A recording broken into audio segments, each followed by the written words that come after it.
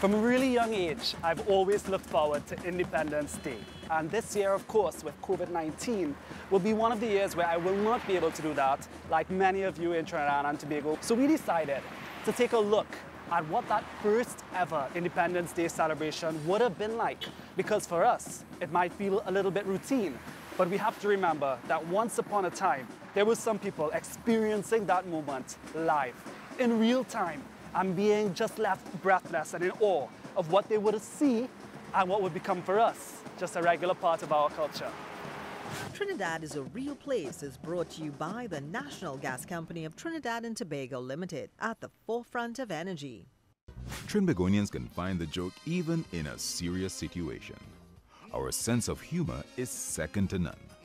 But for every story that may seem unreal, there's another of people who make TNT a better nation. Because we are real people, our dreams are real, and Trinidad is a real place.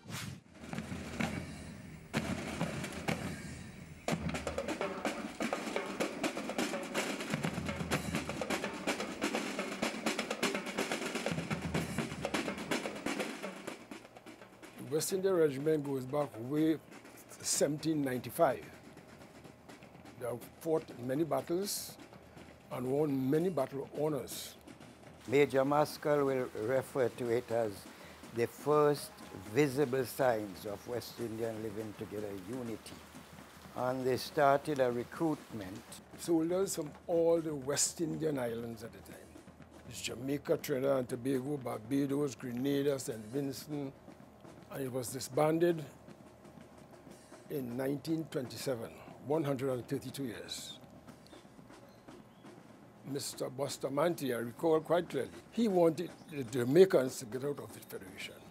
So they had what you call a referendum. The guys from the other islands, they had an option either to join the British Army, stay in Jamaica, come to Trinidad. Those that were recruited in Trinidad had two choices. That was to come and join the Trinidad and Tobago Regiment or take your discharge from the Army. But we had no alternative anyhow. And one of the conditions for Trinidad gaining independence is to have an armed force. So we're preparing now for independence. Everybody, of course, was anxious to do the parade because that is the show of the Army. When the West India Regiment was formed, a group of us formed a band to go to Jamaica. So we established the first band there. What was important, we were going to be doing the national anthem for the first time. The first parade for independence was in the night. It was the 30th, and at midnight is when the flag, the Union Jack came down, and our national flag was raised.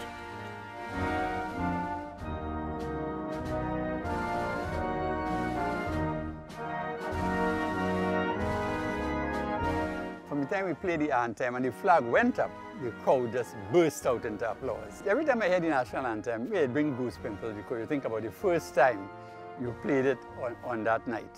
I was responsible for what you call street lining.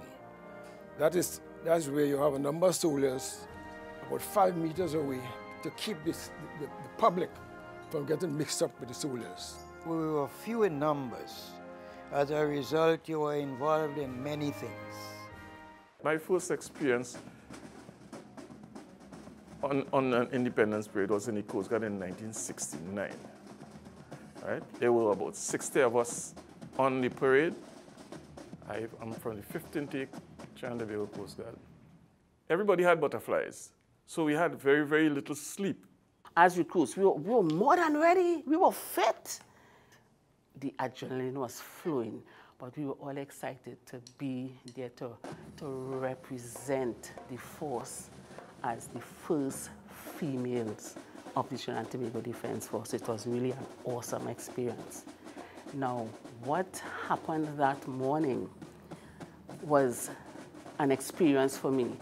They decided to put me in a position to lead the detachment, the women detachment, from the Savannah straight to the St. James Academy, the barracks then. That appointment is normally done by an officer.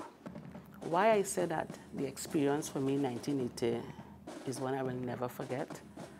At the end of that parade in St. James Barracks, I was introduced to a young man who was a Lance Corporal then. That young man turned out to be my husband of 35 years this year, with 3 children and 2 granddaughters. So it was really an experience for me I could never forget.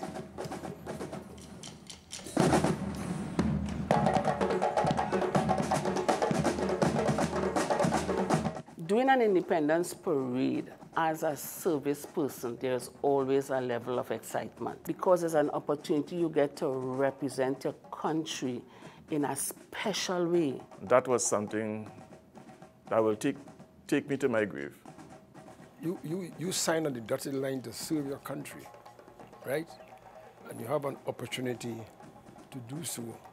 I always stick with the Army, always support, always like the Army. As a matter of fact, all my pay was spent on extra kit and picked photographs. I'm proud to be a Trinidadian.